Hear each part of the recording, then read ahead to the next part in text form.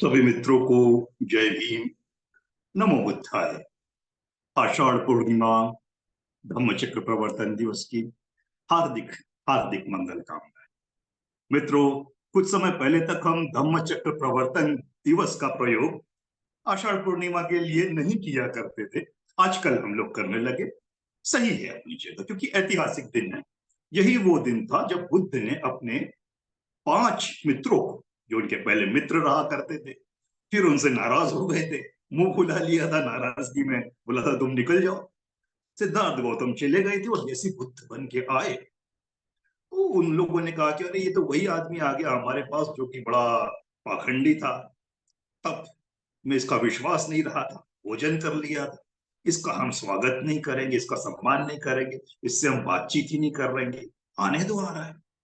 लेकिन जैसे ही सिद्धार्थ गौतम तब बुद्ध बन चुके थे, पास आते गए, बुद्ध को देखते हुए उनके विचार बदलते गए, सारी नकारात्मकता खत्म हो गई और बुद्ध का उन्होंने दिल से स्वागत किया।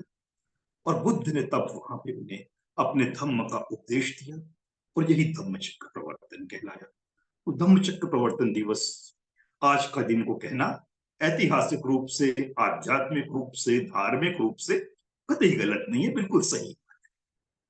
अब एक मुश्किल ये आ जाती है कि 14 अक्टूबर या दशहरे के समय जब हम लोग अशोक विजयादशमी मनाते हैं तब भी धम्म चक्र प्रवर्तन दिवस कहते हैं। तो फिर ये दो दो बार क्यों, तो इसमें परेशान मत होइए। उस दिवस का भी ऐतिहासिक महत्व है। ये वो दिवस था जब सम्राट अशोक ने बुद्धत्व को, बुद्ध की शरण गए थे, धम्म की शरण गए थे और वापस आप गए थे। तो वो दिन भी उतना ही महत्व का है जितना ये। तो अब बात की जब शुरुआत की जा रही है तो अचानक से मुझे कबीर याद आ गए। कबीर ने कहा था, गुरु और गोविंद खड़े हैं काके लागू पाए, बलिहारी गुरु आपकी जो गोविंदियो मिलाए। कबीर ने ये बात बड़ी सोच समझ के कही थी। स्कूल में हम हमारे टीचर से ये बात सुनते आ रहे हैं बचपन से। और बड़ी मजेदार बात है कि जो सबसे नालायक और निखट्टू टीचर हुआ करते थे वो इस स्टोरी को बार बार दोहराते थे, गुरु और गोविंद खड़े हैं काके लागू पाए। टीचर ऐसा होता है, टीचर की ये महानता है, कबीर ने हमें बताया। कबीर बड़े बुद्धिमान व्यक्ति थे, फालतू में उन्होंने कुछ नहीं कहा। गुरु का महत्व उन्होंने कहा था कि गुरु वो है जो हमें सत्य के मार्ग को दिखाता है। तो अगर सत्य है हमारे सामने, फैक्ट है, सफलता है, खुशी है, जो भी हमको मिल गया, वो दिलाने वाला तो गुरु है ना, वो टीचर है, वो हमारा निर्देशक है जिसने हमको वो रास्ता बताया। वो मित्र के रूप में हो सकता है, रिश्तेदार के रूप में हो सकता है, हमारे टीचर के रूप में हो सकता है, प्रोफेशनल टीचर के रूप में, आध्यात्मिक टीचर के रूप में भी हो सकता है। उसने हमें रास्ता दिखाया, तब हमें वो मंजिल मिली। तो वो धन्यवाद का, आभार का पूरा अधिकार सबसे पहला उस व्यक्ति को ही, उस मार्गदर्शक को ही होना चाहिए, ये कबीर कहते थे। लेकिन साथ ही उन्होंने एक बड़ी अच्छी बात कही थी, जो हमारे नालायक टीचर्स इसका गलत विश्लेषण कर लेते, गुरु ही सब कुछ है, भले वो कितना भी नालायक क्यों ना हो। ऐसा नहीं, गुरु और टीचर, स्कूल के टीचर में बहुत बड़ा फर्क होता है। स्कूल का टीचर तो वो है कि जिसने एग्जाम पास कर लिया टीचर बन जाएगा, भले उसको पढ़ाना आता हो या नहीं आता हो, पढ़ाने में रुचि हो या नहीं हो, नौकरी कर रहा है पैसे कमाने के लिए, वो टीचर हो सकता है।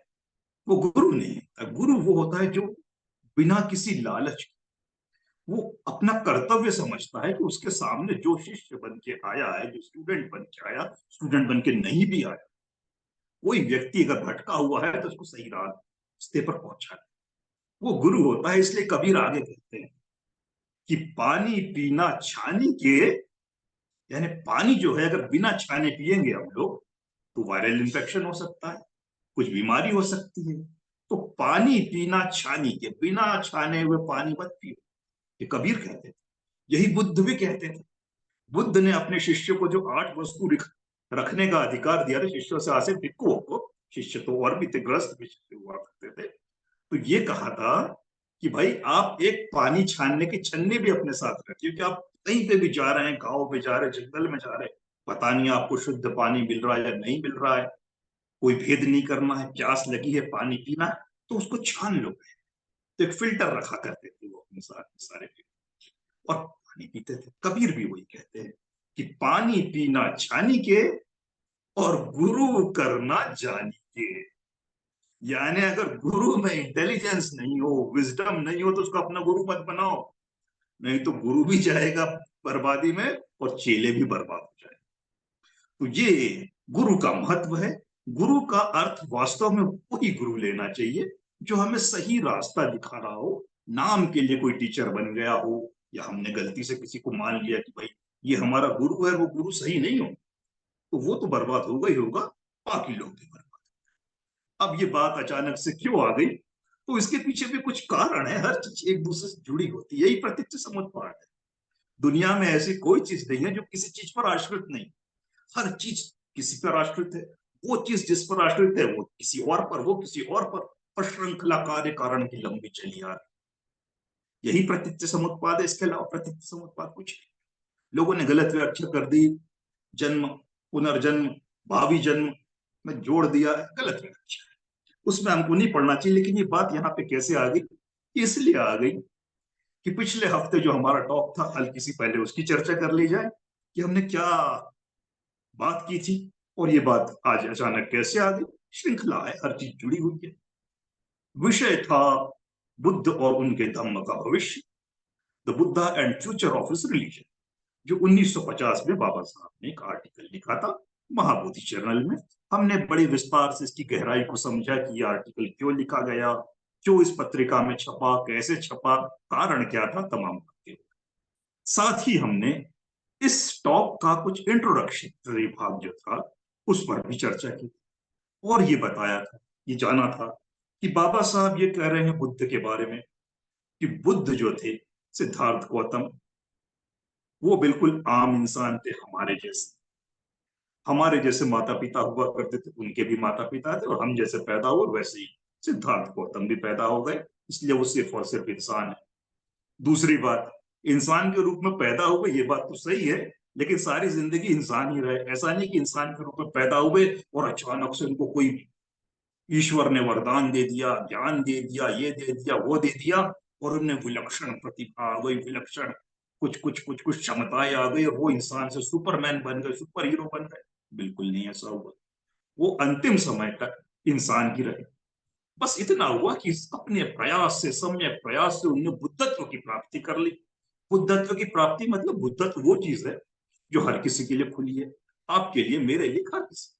सिद्धार्थ गौतम उस पर चलते रहे बिना थके, बिना हारे, तो बुद्ध बन गए। बस इतना फर्क है, बाकी कोई फर्क नहीं है। हमारी तरह वो इंसान हुआ करते थे। उनको ना कोई ईश्वर का बुलावा आया, ना संदेश आया, ना कोई इल्हाम हुआ, ना कोई आदेश हुआ। बस अपने सम्यक प्रयास से भी बुद्ध बन गए। ये बात हमको बाबा साहब ने बताई, बिल्कुल सच्ची बात है।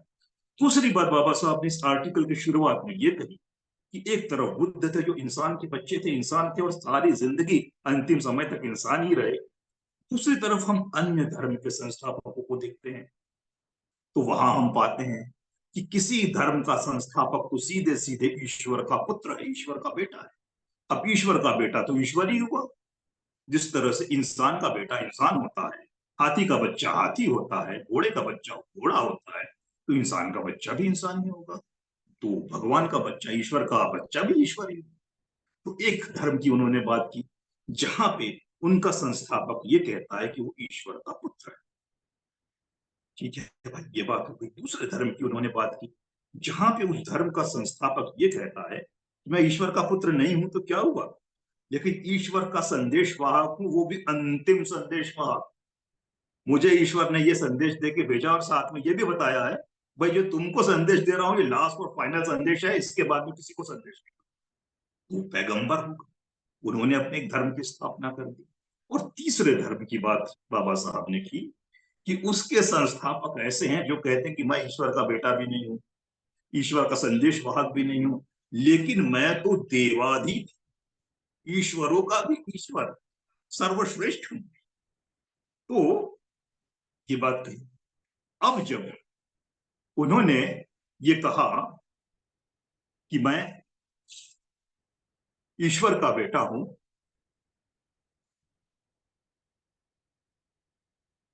कि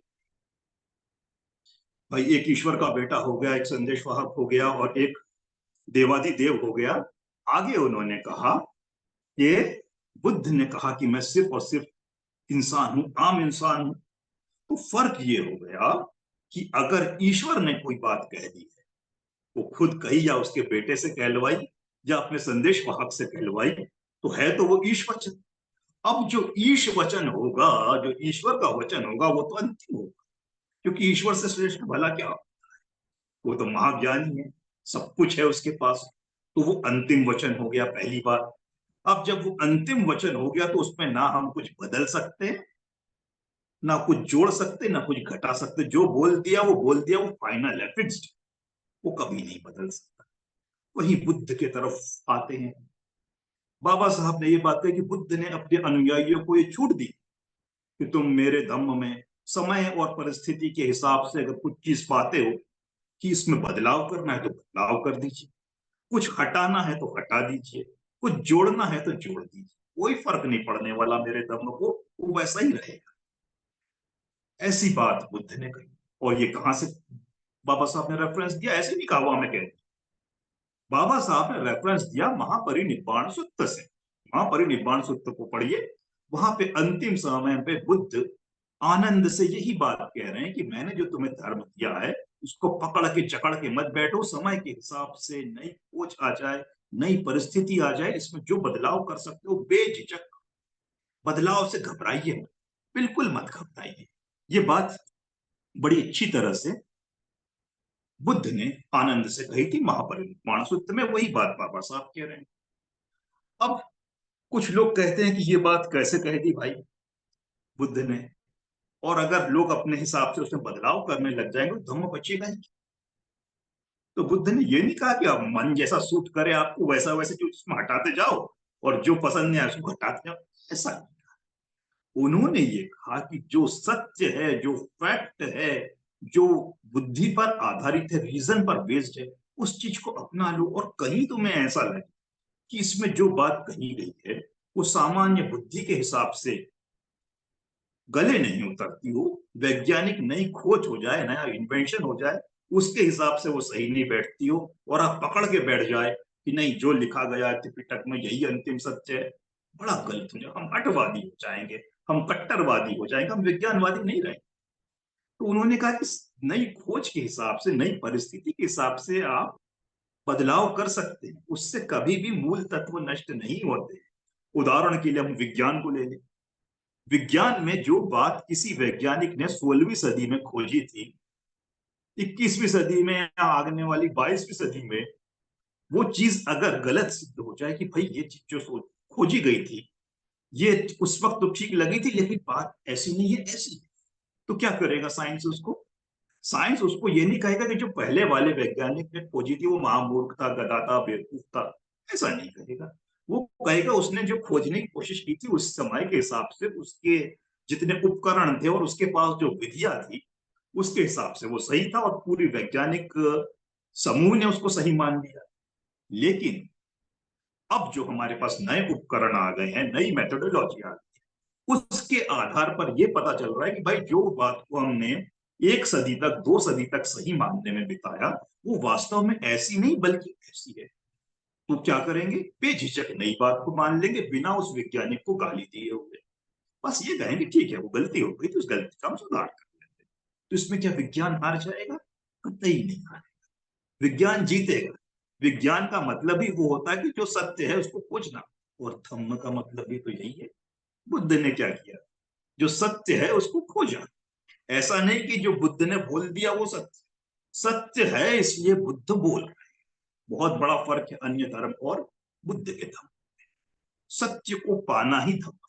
तो इसलिए बाबा साहब ने कहा, बुद्ध ने कहा कि जो बात लिखी गई है उसमें परिस्थिति के हिसाब से नई इन्वेंशन हो जाए, नई खोज हो जाए, उसके हिसाब से बदलाव किया जाए, बेझिझक कर लीजिए। उदाहरण के लिए, हम जब छोटे थे स्कूल में, जब मैं पढ़ा करता था और मेरे साथ के जितने लोग रहे होंगे, इवन जयदीप जी भी काफी छोटे हैं मुझसे, लेकिन आप लोग भी जब स्कूल में पढ़े होंगे तो हम लोगों ने यही पढ़ा था कि सौर मंडल में पूरे 9 ग्रह होते हैं। हमको यही बताया गया था। प्लूटो को भी ग्रह गिना जाता था, 9 प्लैनेट्स। सभी साइंस की किताबों में, सोशल साइंस की किताबों में ये पढ़ा जाता था। अब जब हम 12th पास हो गए, कॉलेज भी पास हो गए, उसके बाद में और अध्ययन होते गए खगोल शास्त्र के, वो तो लगातार चलते ही रहते हैं। और कुछ खगोल शास्त्रियों ने ये कहा कि भाई जो प्लूटो है वो ग्रह नहीं है, प्लेनेट नहीं है, उसका गलती से उसको किसी ने प्लेनेट का नाम दे दिया था, ग्रह का नाम दे दिया गया था। वास्तव में सौर मंडल के सिर्फ और सिर्फ 8 ग्रह हैं। तो क्या हुआ, साइंस ने उसको स्वीकार कर लिया भाई। साइंस का एक कमिटी बैठी साइंटिस्ट लोगों की, और इस पर निर्णय लो कि 8 है कि 9 है, प्लूटो को शामिल किया जाए कि नहीं किया जाए। उन लोगों ने बहुमत से निर्णय लिया कि भाई प्लूटो को हटा देना चाहिए, हटा दिया। तो आज हमारे बच्चे, आज की जनरेशन वो क्या पढ़ती है, 8 प्लैनेट्स, 8 ग्रह। इससे क्या विज्ञान हार गया? कतई नहीं हार। जो बेसिक सिद्धांत है सौर मंडल का, वो तो आज भी वही कायम है ना, कि सूर्य बीच में है, और 8 ग्रह बोल दीजिए, 9 ग्रह बोल दीजिए, उसको चक्कर लगा रहे हैं। सिद्धांत ये, सिद्धांत नहीं बदला, ग्रह की संख्या कम हो गई। हो सकता है एक शताब्दी बाद पता चले अरे बाप रे बाप, 8 नहीं 15 ग्रह होते हैं, और खोज लिया, बड़े बड़े दूरबीन आ गए। तो क्या कुछ बिगड़ जाएगा साइंस को? कुछ नहीं बिगड़। साइंस का सिद्धांत वही रहेगा कि भाई बीच में है सूरज, और सूरज के आसपास ग्रह चक्कर लगा रहे हैं। अब इसमें 8 लगा रहे, 5 लगा रहे, 10 लगा रहे, 15 लगा रहे, ये परिस्थिति के हिसाब से, मतलब खोज के हिसाब से हो सकता है बदलते रहे। इससे सिद्धांत को कोई फर्क नहीं पड़ा। यही बुद्ध का धम्म भी कहता है कि जो सिद्धांत है उसमें कोई फर्क नहीं पड़ेगा, हल्का फुल्का बदलाव कर ले। सिद्धांत क्या है, वही शील समाधि प्रज्ञा, वो चलता रहेगा।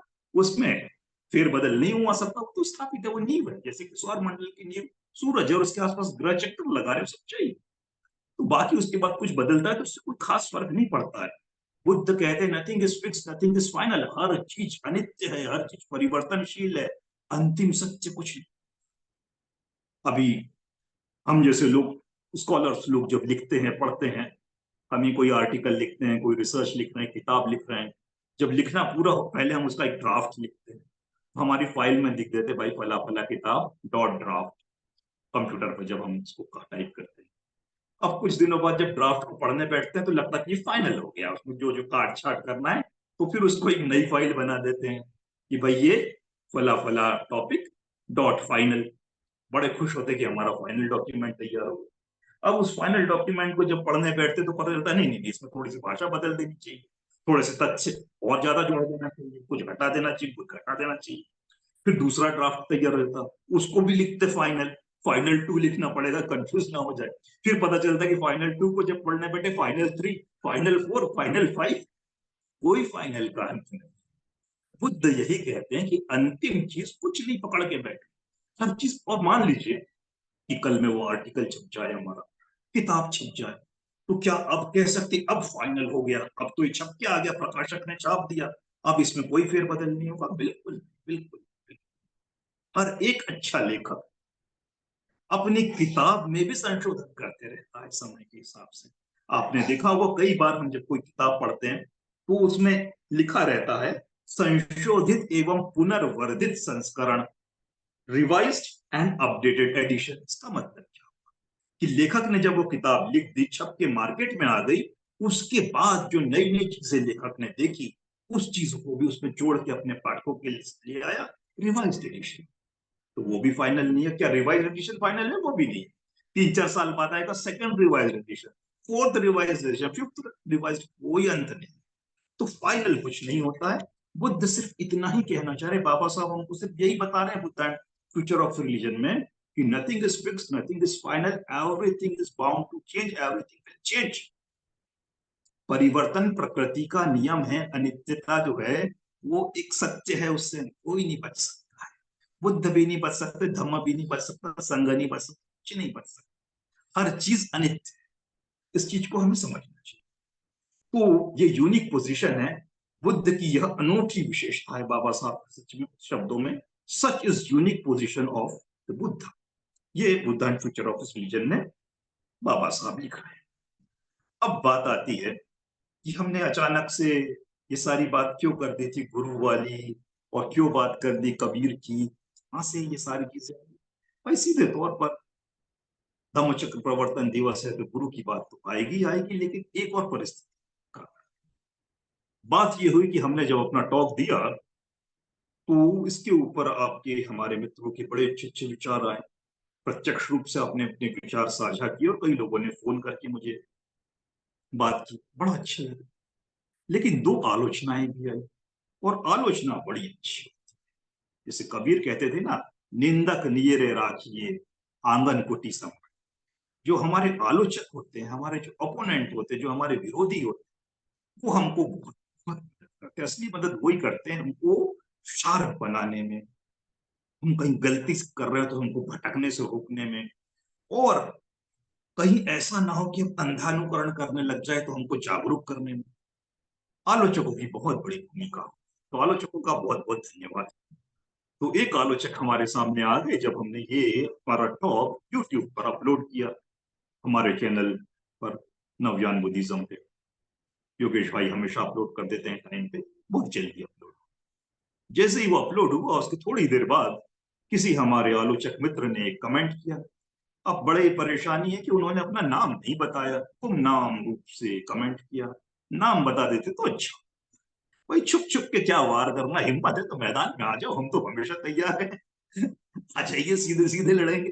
लड़ना मतलब मारना पीटना थोड़ी है हमको, वैचारिक लड़ाई है ये, वैचारिक संघर्ष होना चाहिए। हमारे देश की संस्कृति ये रही है, बौद्ध संस्कृति भी रही है, गैर बौद्ध संस्कृति में भी ये बड़ी अच्छी बात रही थी कि जब दो विभिन्न मत के लोग आते थे, वो आपस में वार्तालाप करते थे, शास्त्रार्थ करते थे, अपने अपने मत की बात रखते थे। भाई मेरा मत ये कहता है, आपका मत ये कह रहा है, दोनों की जो वार्तालाप से बड़ी चीजें निकलती, कोई हार जाता था, कोई जीत जाता था। बड़ा अच्छी बात थी, होना चाहिए। इंटर जो रिलीजियस डायलॉग है ना, वो आजकल बंद हो चुके हैं, क्योंकि सब अपने अपने खेमों में, मेरा धर्म अपनी जगह सही, तुम्हारा धर्म तुम्हारे जगह से, आपस में संवाद खत्म हो गया। प्राचीन काल में ऐसा कोई खेमेबंदी नहीं थी, और ब्राह्मणवादी भी बुद्ध से आके संवाद करता था, बुद्ध उसको जवाब देते थे, जब उसके पास कोई जवाब नहीं बचता था बेचारा, वो सरेंडर। बड़ी अच्छी बात होना चाहिए इस तरह के इंटर रिलीजियस, आजकल नहीं हो रहे हैं। तो ये हमारे किसी मित्र ने, अब मित्र कहे या आलोचक कहे या जो भी कहे, उन्होंने एक कमेंट लिख दिया। अब इस कमेंट को क्या कहे, बड़े नाराज हुए, बड़े दुखी हुए वो Buddha and future of religion के इंट्रोडक्शन को। और इंट्रोडक्शन में उनको क्या बात खली होगी, ये बात उनके कमेंट से साफ समझ में आ रही। मुमकिन है कि जो ये हमारे मित्र थे, कि बौद्ध तो बिल्कुल नहीं है, ये बात बिल्कुल स्पष्ट है, शायद हिंदू भी नहीं है, किसी अन्य धर्म के अनुयायी होंगे। क्योंकि क्या करें, बाबा साहब ने जब बुद्ध की तुलना अन्य धर्मों से की, तो चाहे या न चाहे कहीं ना कहीं किसी धर्म के व्यक्ति को दुखी हो गए, चोट पहुंची होगी कि उनके धर्म के बारे में ऐसी बात क्यों कह दी। बाबा साहब ने किसी धर्म की आलोचना नहीं की, सिर्फ इतना ही कहा जो उनका धर्म कह रहा था, और कुछ नहीं कहा कि भाई आपका धर्म कहता है कि आपके धर्म संस्थापक ईश्वर के पुत्र हैं, अंतिम पैगंबर है, देवाधिदेव है, बस वही बात कही, अपने मन से तो कुछ नहीं, किसी धर्म की आलोचना बाबा साहब ने नहीं, कोई टीका टिप्पणी कि जो उनके धर्म में लिखा गया है सिर्फ वही बात कही। लेकिन ये बात उन्हें खल गई, तो उन्होंने कमेंट किया। अब कमेंट क्या करे, कैसे हमारी आलोचना करे।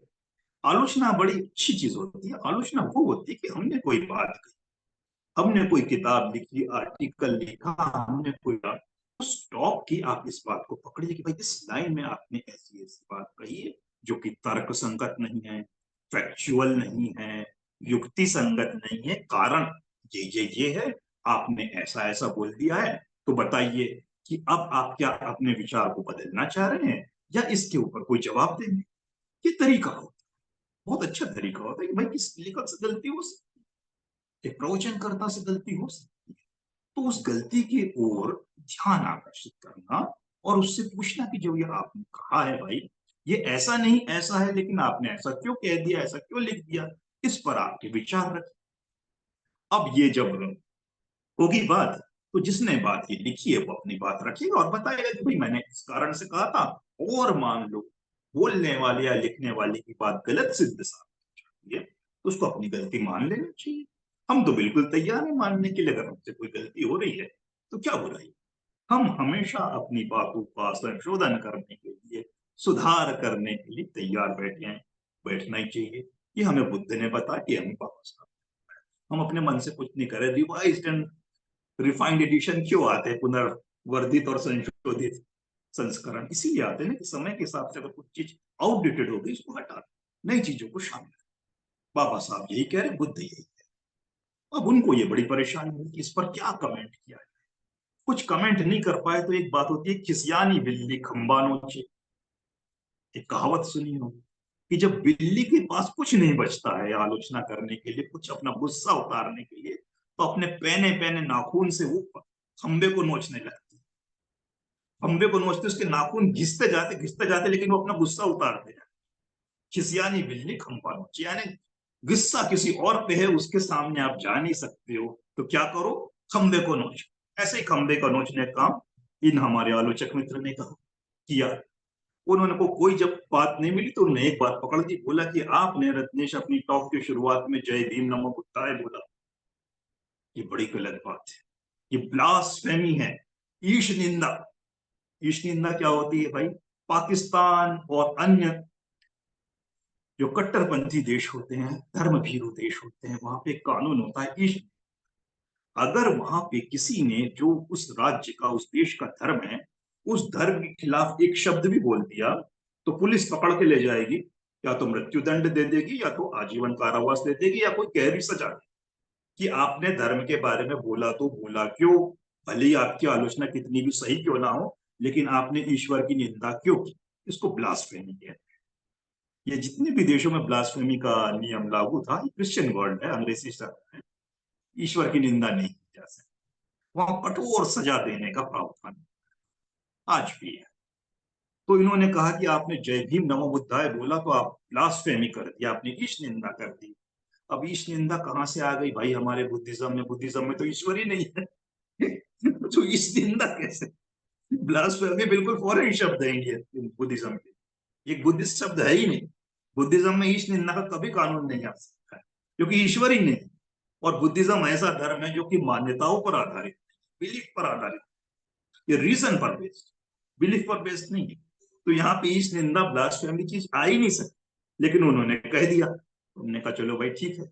आगे वो कहते हैं कि अगर ये बात जय भीम नमो बुद्धाय आप किसी कोरियन, वियतनामी, थाई और कुछ देशों का नाम लिखा, उनके लोगों के सामने बोल दे, तो वो आपको ईश निंदक घोषित करके आप कठोर सजा देंगे, मतलब आपके खिलाफ ये वो तमाम तमाम चीजें कर देंगे। तो हमने उसको यही बोला, भाई ईश निंदा तो है, ये तो भाई विदेशी शब्द है हमारे लिए, बाहरी शब्द है, ये बुद्धिस्ट शब्द है। और रही बात कि जय भीम बोलना, तो जय भीम तो हमारे जो बौद्ध मित्र हैं, चाहे वो कोरियन हो, थाई हो, अमेरिकन हो, यूरोपियन हो, बेझिझक हमसे कहते हैं, या हम जानते हैं, ये कोई छुपी हुई बात नहीं है। तो आपके लिए जय भीम बहुत बुरा शब्द हो सकता है, लेकिन हमारे बौद्धों के लिए बिल्कुल नहीं है, वो चाहे किसी भी देश। हाँ, जब तक उस देश के बौद्ध बाबा साहब को नहीं जानते, जानेंगे जय भीम का मतलब। जिस दिन वो जान जाते हैं बड़े सहजता से, मेरे तो अपने मित्र बोलते हैं, अपने नागपुर में, नागलोक में कई विदेशियों को जय भीम बोलते हैं, किसी को कोई आपत्ति नहीं। अब आपत्ति तो तिल का ताड़ निकालना है तो ये कर सकते हैं कि पहले नमो बुद्धाय बोलना था, फिर जय भीम बोलना था। तो नहीं, हमने इसलिए पहले जय भीम बोलते हैं, बाद में नमो बुद्धाय इसलिए बोलते हैं क्योंकि हमको कबीर ने बताया था कि गुरु और गोविंद खड़े हैं कागे लागू पाए, बलिहारी गुरु आपकी जो गोविंद दियो मिलाए। अगर बाबा साहब नहीं होते तो हम लोग बुद्ध से परिचित नहीं। तो भाई इसलिए श्रद्धावश मैं तो हमेशा जय भीम कहूंगा, उसके बाद नमो बुद्धाय कहूंगा। अब नमो बुद्धाय कहे, जय भीम कहे, या कुछ भी नहीं, इससे कोई फर्क नहीं पड़ता, ये हमारा अभिवादन का है। मुख्य बात है हमारा कंटेंट, कि हम किस विषय पे बात कर रहे हैं। इस विषय पे कुछ गड़बड़ लग रही है तो आप रखिए अपनी बात। वो नहीं रख पाए तो आगे उन्होंने एक बात कह दी कि अम्बेडकर जो थे वो साधारण इंसान थे, तुम उनकी बुद्ध से तुलना कैसे करते हो? और तुम जो अपने आप को बुद्धिस्ट कहते हो, तुम सारे लोग, यानी मैं और हमारी पूरी नवजानी टीम और तमाम महाराष्ट्र के लोग और भारत के वो लोग जो पूर्ववर्ती अछूत हुआ करते थे, कभी 56 के प्रभाव की वजह से बौद्ध हो गए हैं। बोला तुम कोई एक भी बौद्ध नहीं हो, तुम अपने आप को बुद्धिस्ट मत कहो, तुम अपने आप को अम्बेडकराइट कह सकते हो, बुद्धिस्ट कह सकते हो। और तुम वो लोग हो जैसे क्रिश्चियंस धर्म में एक पंथ या कुछ निकला था, मोरवन जिनको कहते थे, तुम उस तरह के लोग हो जो नाम के लिए बौद्ध हो, लेकिन तुम वास्तव में बौद्ध के नाम पे दब्बा हो, कलंक हो, तुम बौद्ध हो। ये उनका कहना है। ठीक है भाई, कह सकते हैं वो, लेकिन हम क्या है ये हमको पता है। तो ऐसी आलोचना का कोई विशेष महत्व नहीं निकलता है, लेकिन हमने फिर भी उसको बड़े प्यार से समझाने की कोशिश की कि भाई जो ये है ये उनकी गलत मान्यता है, मान्यताओं के चक्कर में नहीं पड़ना चाहिए। ईश निंदा ब्लास्फेम ये तमाम चीजें हमारे लिए बिल्कुल नहीं बनी हुई। बुद्ध का धर्म सिर्फ और सिर्फ रीजन पर आधारित है, लॉजिक पर आधारित है। ये बात स्वयं बुद्ध भी कह रहे हैं, बाबा साहब भी कह रहे हैं, और हम बिल्कुल इसी को मानेंगे। हम किसी मान्यताओं के चक्कर में नहीं पड़ने वाले। हमको अपना दिमाग बिल्कुल खुला रखना है, और वो हम कर। एक और हमारे आलोचक आए, उन्होंने ये बात लिखी कि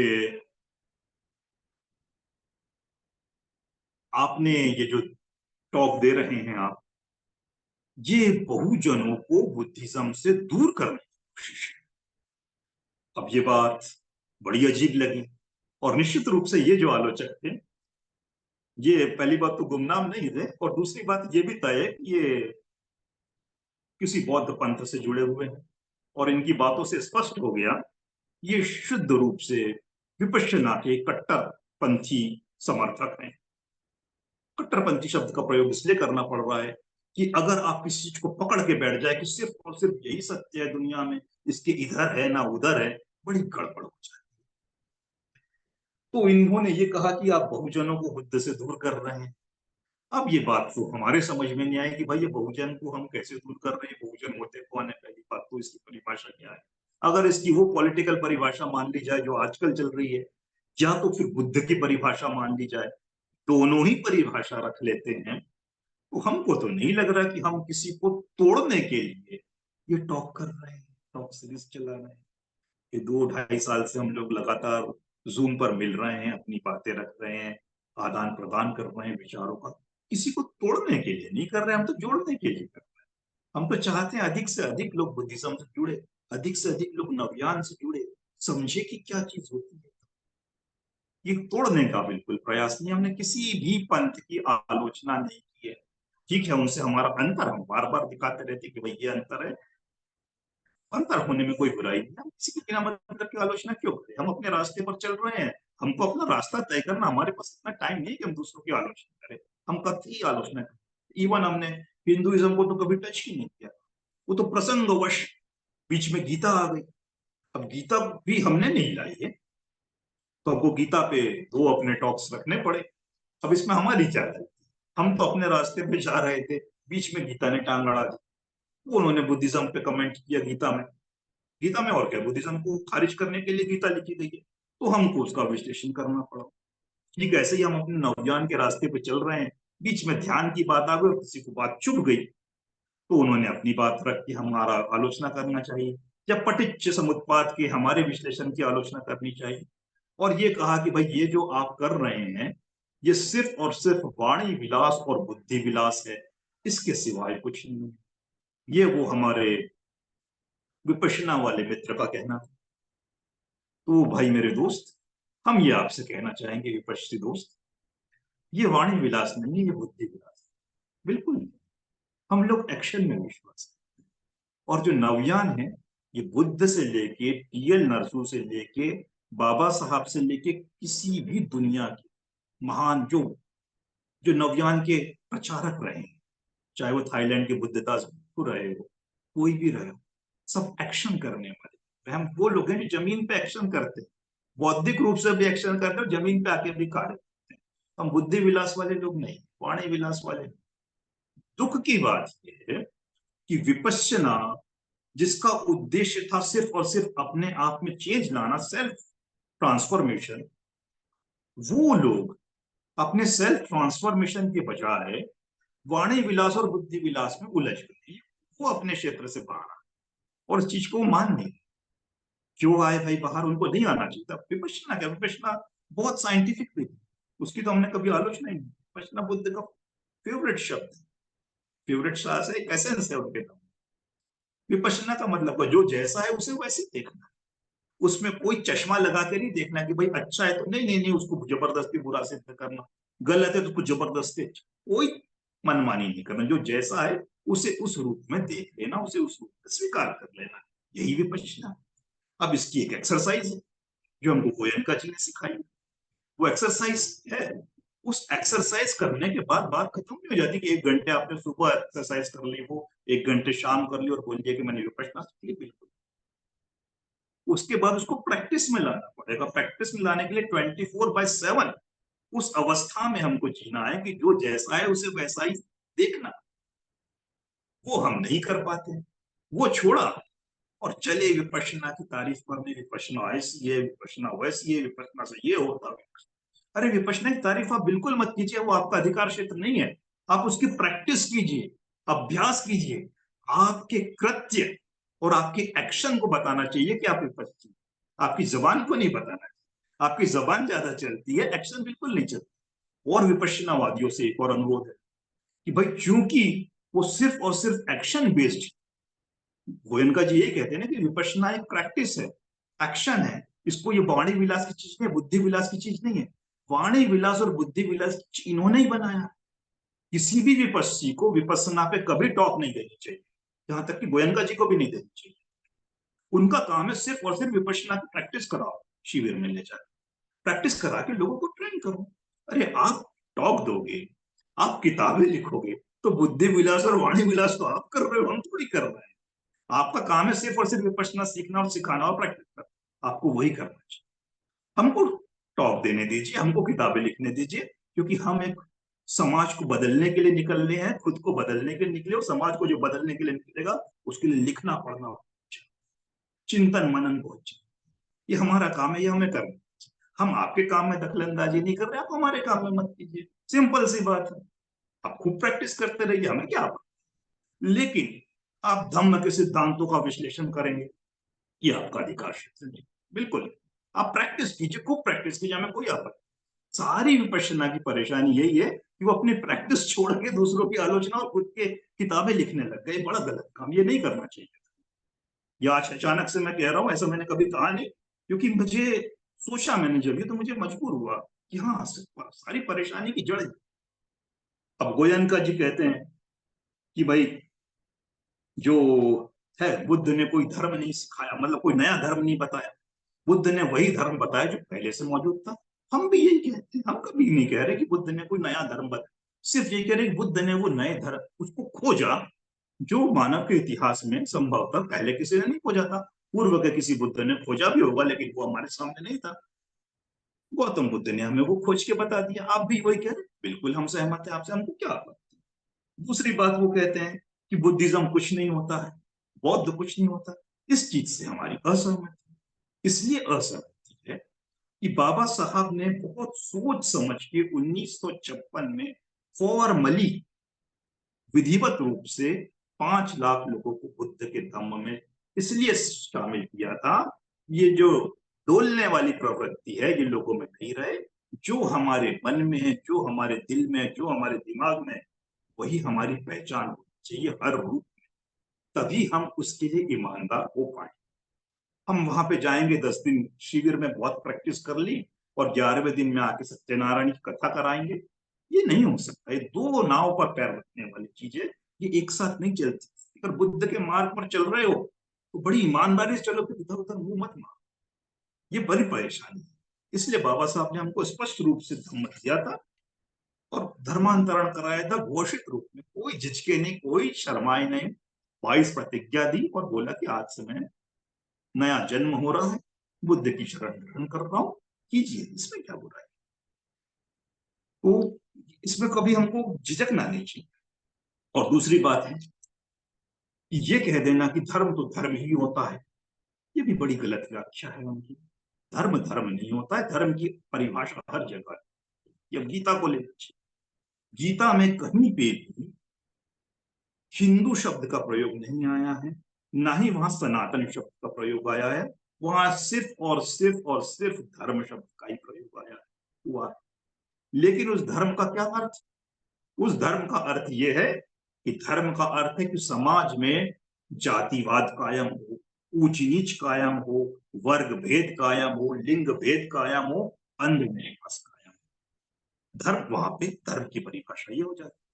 बुद्ध जब धर्म शब्द का प्रयोग करते हैं, वहां पे धम्म की शब्द पूरी परिभाषा बदल जाती है। वहां पे रीजन आता है, विजडम आता है, मोरालिटी आता है, प्रज्ञाशील करुणा आ जाते हैं, शील समाधि प्रज्ञा। बहुत फर्क है, शब्द वही है, अर्थ दोनों के अलग अलग। जब दोनों के अर्थ दो जगह अलग अलग हैं, तो उनको एक कैसे माना जा सकता?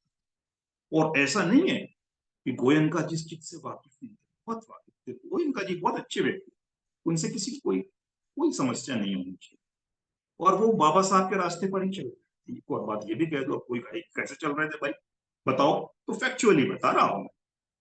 बाबा साहब ने जब धम्म प्रचार के लिए निकले थे, तो उनको ये पता था कि बुद्ध का मार्ग मैं अपने लोगों को बताऊंगा, ये बड़ी अच्छी बात है, जरूरी है। लेकिन समाज में जो कंकड़ पत्थर, जो झाड़ी झंखाड़ फैले हुए हैं, जब तक वो मैदान साफ नहीं करा जाएगा तो नया विहार, नया धम्म लोग कैसे अपनाएंगे? समाज में तो वही कचरा है। तो बुद्ध ने, बाबा साहब ने क्या किया? बुद्धा एंड इज धम्मा तो एक तरफ लिखा ही लिखा, Buddha and future of his religion लिखा ही लिखा, बुद्ध पे तमाम आर्टिकल लिखे ही लिखे, लेकिन साथ ही रिडिल्स इन हिंदुइज्म भी लिखी। क्यों लिखी? क्योंकि हमारे मन में जो पुराने धर्म के प्रति हमारे आग्रह है, हमारे संस्कार हैं, हमको कहीं वो पवित्र लग रहा, कहीं वो ईश्वर लग रहा, वो कचरा जो हमारे दिमाग में, वो निकालना भी जरूरी है। इसलिए बाबा साहब ने रिडिल्स इन हिंदुइज्म भी, उसको लिखने में वो शर्माए नहीं, झिझके नहीं, ये नहीं कहा कि मैं इस धर्म की आलोचना क्यों करूं, जब तो मैं इस धर्म को छोड़ ही रहा हूं तो इस धर्म से लेना देना नहीं। छोड़ रहा हूं अच्छी बात है, लेकिन उस धर्म में क्या कमी है ये बात मैं खुद भी जान रहा हूं, और सबको जानना चाहिए, ताकि अधिक से अधिक लोग उस धर्म को छोड़ सकें।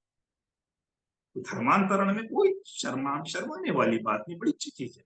धम्म प्रवर्तन बड़ी अच्छी, जो वो बुद्ध के 5 दोस्त किसी और मान्यता में पड़े हुए थे, बुद्ध ने उनको इस मान्यता, और बाबा साहब के 5 लाख लोग किसी और मान्यता में पड़े थे, बाबा साहब बुद्ध के धम्म से जोड़ा, वही काम। तो गोयनका जी ने भी यही किया अपने अंतिम समय में। ये शायद 2007 या 8 या 9 की बात होगी, मुझे साल याद नहीं। गोयनका जी का एक पत्रिका आया करती थी, शायद अभी भी आती होगी, विपश्यना के साधक जो 10 दिन का शिविर करते हैं, उसके बाद वो चाहे तो वो उस पत्रिका का सब्सक्रिप्शन भरते थे, जो ना जाए वो भी सब्सक्रिप्शन ले सकता था, जिसमें पूरे टाइम टेबल दिया होता है कि कहाँ पे शिविर होगा, कब होगा, पूरी तारीख का जिक्र होता था। साथ ही फ्रंट में जो सबसे पहले में उनका एक प्रवचन, हमेशा धर्म के विषय, धर्म वो शब्द को प्रयोग नहीं करते, धर्म करते हैं, कोई बात नहीं, धर्म पर उनका प्रवचन होता है। उस जगह पे देख लिया कि भाई हमारे समाज में, हमारे देश में बहुत पाखंड है, बहुत अंधविश्वास। सिर्फ और सिर्फ बुद्ध की बात करेंगे तो लोग पाखंड से नहीं निकले, यहाँ पे लोग अनैतिकता में लिप्त हैं, अंधविश्वास में लिप्त है, तो क्या किया जाए? तो वो बिल्कुल झिझके नहीं, और उन्होंने अपनी कलम उठाई और एक आलेख कृष्ण के खिलाफ बड़े कड़े शब्दों में लिख दिया था। वही बात जो बाबा साहब ने फिर से हिंदुइज्म में लिखी है कि कृष्ण व्याभिचारी थे, अनैतिक थे, वो कभी भी धार्मिक व्यक्ति नहीं थे। बड़ा लंबा आर्टिकल हुआ, लेकिन क्या हुआ, ये हमारे मित्र इस बात को नहीं जानते हैं, जो खास करके हमारे ऐसे लोग जो मूल रूप से कभी अछूत हुआ करते थे, आज वो विपश्यना में जाने लगे हैं, वो इस चीज को बिल्कुल नहीं जानते। जब ये आर्टिकल वहां पे छपा, तो विपश्यना के जितने मैनेजर्स थे, सारे के सारे गोयनका जी पे भिड़ गए कि आपने हिंदू धर्म की आलोचना की तो की कैसे, आप कौन होते हैं कृष्ण के खिलाफ लिखने वाले? और उनको इतनी बुरी तरह घेर लिया गया था कि अगले ही अंक में उनका एक आर्टिकल छपा और उन्होंने माफी मांगी, बोला कि ये मेरे किसी सहयोगी ने लिख दिया था, लेकिन इसकी जिम्मेदारी मैं ही लेता हूँ और इसको मैं हटा रहा हूँ। आज उस आर्टिकल को आप ढूंढने जाओगे, आपको वो आर्टिकल कहीं नहीं मिलेगा, इस तरह उसको सेंसर करके डिलीट करके हटा। ये एक पक्ष है, इसको आपको समझना चाहिए। तो मेरा उन सारे पूर्ववर्ती अछूत भाइयों बहनों से हाथ जोड़कर अनुरोध है, जो कि विपश्यना के बहुत बड़े भक्त बन चुके हैं, बाबा साहब को भूल के उनको सुप्रीम शिक्षा वहां लगती है। 2 बात उनसे कहना चाहूंगा। पहली बात तो ये कि विपश्यना वो विधि है, बड़ी साइंटिफिक विधि है, बड़ी अच्छी विधि, हम इसकी आलोचना कतई नहीं। इसका फायदा बहुत ज्यादा उठाते हैं क्रिश्चियंस, उठाते हैं हिंदूज, उठाते हैं मुस्लिम्स, उठाते हैं सिख, उठाते हैं बुद्धिस्ट से ज्यादा संख्या हर शिविर केंद्रों में इन धर्म वालों की। मैं तो क्रिश्चियन फादर्स से बहुत ज्यादा मिल चुका हूं, और अधिकांश फादर्स और अधिकांश सिस्टर्स जिनसे मिला हूं, वो सारे के सारे विपश्यना शिविर में जाते रहते हैं लगातार। ऐसा भी नहीं कि एक आध शिविर, बड़ी संख्या में क्रिश्चियन का जो क्लर्जी से, जो प्रीस्ट है, वो विपश्यना जाते हैं, मुस्लिम जाते हैं, हिंदू जाते हैं, लेकिन जब वो वहां पे जाते हैं, वो वाणी विलास के चक्कर में नहीं पड़ते, वो बुद्धि विलास के चक्कर में नहीं पड़ते, वो सिर्फ और सिर्फ प्रैक्टिस सीखते। और हमारे जो पूर्ववर्ती अछूत जब पहुंच जाते हैं विपश्यना में, वो प्रैक्टिस तो एक तरफ, वाणी विलास और बुद्धि विलास में पड़ जाते हैं, और गोयनका जी ये विपश्यना वो, बड़ी बड़ी बातें करने लगते हैं। और जो बाबा साहब का विश्लेषण है उसको खारिज करेंगे, और जो उनका परंपरावादी विश्लेषण है उसको स्वीकार करेंगे। तो बुद्धि विलास और वाणी विलास ये लोग कर रहे हैं, ये बात मैं कहना चाहूंगा। दूसरी बात ये कहना चाहूंगा उन हमारे पूर्ववर्ती अछूत बहनों भाइयों से, आज जो ओशोवादी हो गए हैं, आज जो विपश्यनावादी हो गए हैं, एक चीज उनसे कहूंगा कि बहनों भाइयों, अगर बाबा साहब नहीं पैदा हुए होते तो भी ओशोवाद इस देश में चल रहा होता, तो भी गोयनका जी आते और विपश्यना बड़ी अच्छी तरह चल रहा होता, कोई फर्क नहीं पड़ता। बाबा साहब का विपश्यना को लाने में, ओशो को लाने में एक रत्ती भी भूमिका नहीं। बाबा साहब की भूमिका बुद्धिज्म को लाने में, हम लोग के उत्थान। सवाल ये है कि ओशो भी होते, गोयनका जी भी होते, लेकिन आप जो लोग आज वहां बैठ के प्रैक्टिस कर रहे हैं और हमें ज्ञान दे रहे हैं कि विपश्यना ये, ओशो ये, ऐसा वो, आपकी औकात उस शिविर में टॉयलेट साफ करने के अलावा और कुछ नहीं। इफेक्ट अगर बाबा साहब, तो उस शिविर केंद्र में आप सिर्फ टॉयलेट, शौचालय साफ करने के लिए, मल मूत्र उठाने के लिए ही जा सकते। बाबा साहब है, इस वजह से आपको वो अधिकार मिला कि आप उसमें अंदर बैठ के, कुशन पे बैठ के ध्यान कर पा रहे हैं। तो बाबा साहब को कभी हल्के में मत। बाबा साहब जो है उसकी मुकाबला ना कोई गोयनका जी कर सकते हैं, ना कोई ओशो कर सकता है, ना कोई और कर सकता है।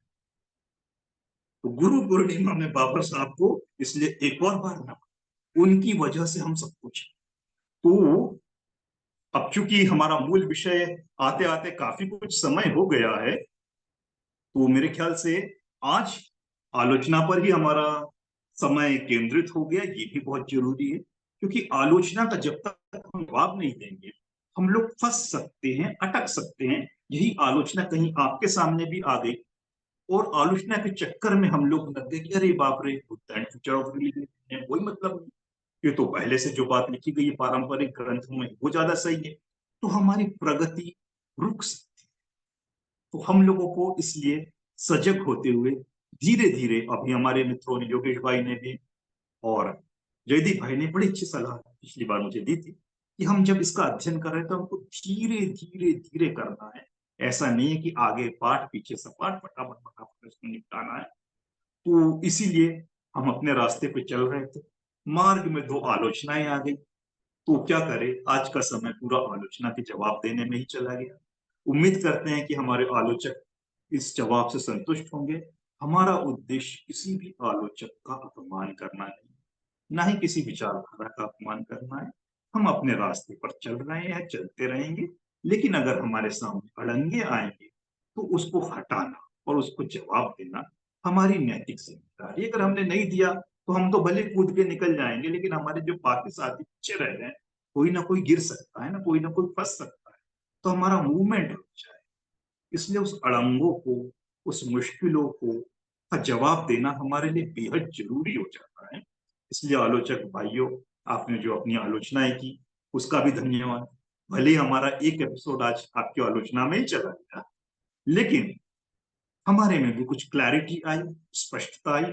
उम्मीद करते हैं कि अगर आगे चल के आप इस तरह की आलोचना हमारी न करें, ये हम वाकई हाथ जोड़ के आपका सम्मान करते हैं, क्योंकि हमारा समय, आप हमारे किसी विषय पे, किसी लाइन पे, किसी फ्रेज पे, किसी शब्द पे, किसी चीज पर अगर आप आपत्ति पाते हैं कि भाई गलत है, तो बिल्कुल हमारा ध्यान कीजिए, हम उसको सुधारें। और अगर आपकी इच्छा है कि हमसे शास्त्रार्थ करना अपने मत को लेके, उस पर भी हम स्वागत, हमको कोई आपत्ति, हम खुले मंच पे आपसे डिबेट करने के लिए तैयार है। होना चाहिए डिबेट, लेकिन भाई पीठ पीछे छुप के आलोचना मत कीजिए, नाम छुपा के आप हम पे हमला मत कीजिए, खुल के सामने आइए, खुल के बात करिए, बड़ा अच्छा रहेगा। इसी के साथ अब चूंकि समय हो गया है, तो मैं अपना टॉक यहीं समाप्त करता हूँ और आपको आमंत्रित करता हूँ अपने विचार रखने के लिए। और अगर कोई संशय हो, शक हो, कुछ आपत्ति हो या कुछ जोड़ता हो, जो भी है, तो मंच सभी के लिए खुला है। आपका स्वागत है। माफी चाहूंगा कि आज मूल विषय की जगह हमारा पूरा समय आलोचना के उत्तर देने में ही चला गया। ये क्या करे, मजबूरी। आलोचना को यूं ही चुप रह के भी स्वीकार करना अच्छी बात नहीं जी।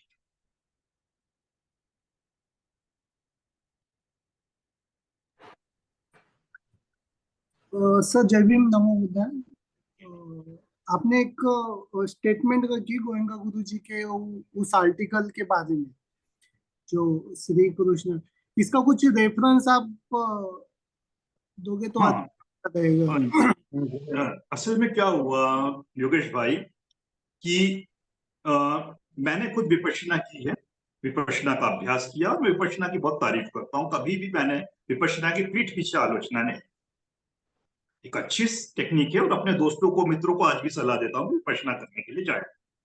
तो जब मैं विपश्यना शिविर करने गया तो उसके बाद मेरे घर में लगातार ये उनकी मैगजीन मैगजीन तो नहीं कहते, 4 पन्नों का एक छोटा सा पत्र होता है, वो बाई पोस्ट आया करता था। उन दिनों मैं महू में था और मैंने अपना एड्रेस जो था, आमला का जो मेरा अपना निवास है, मम्मी पापा वहीं रहते, तो वो एड्रेस दे दिया था, तो वहां आया करता था। अब मेरा उस समय घर आना हुआ और उसी दिन वो लेटर आया, और जैसे ही मैंने पढ़ा वो कृष्ण वाला आर्टिकल मुझे पढ़ने मिला, मैं बड़ा खुश हुआ। और मैंने तुरंत उस वक्त ना ये मैगजीन जो थी वो पोस्टल फॉर्म में तो घरों में आती थी, साथ में उनका जो वेबसाइट है उस पर भी वो आर्टिकल और वो इन्फॉर्मेशन अपलोड हो जाए।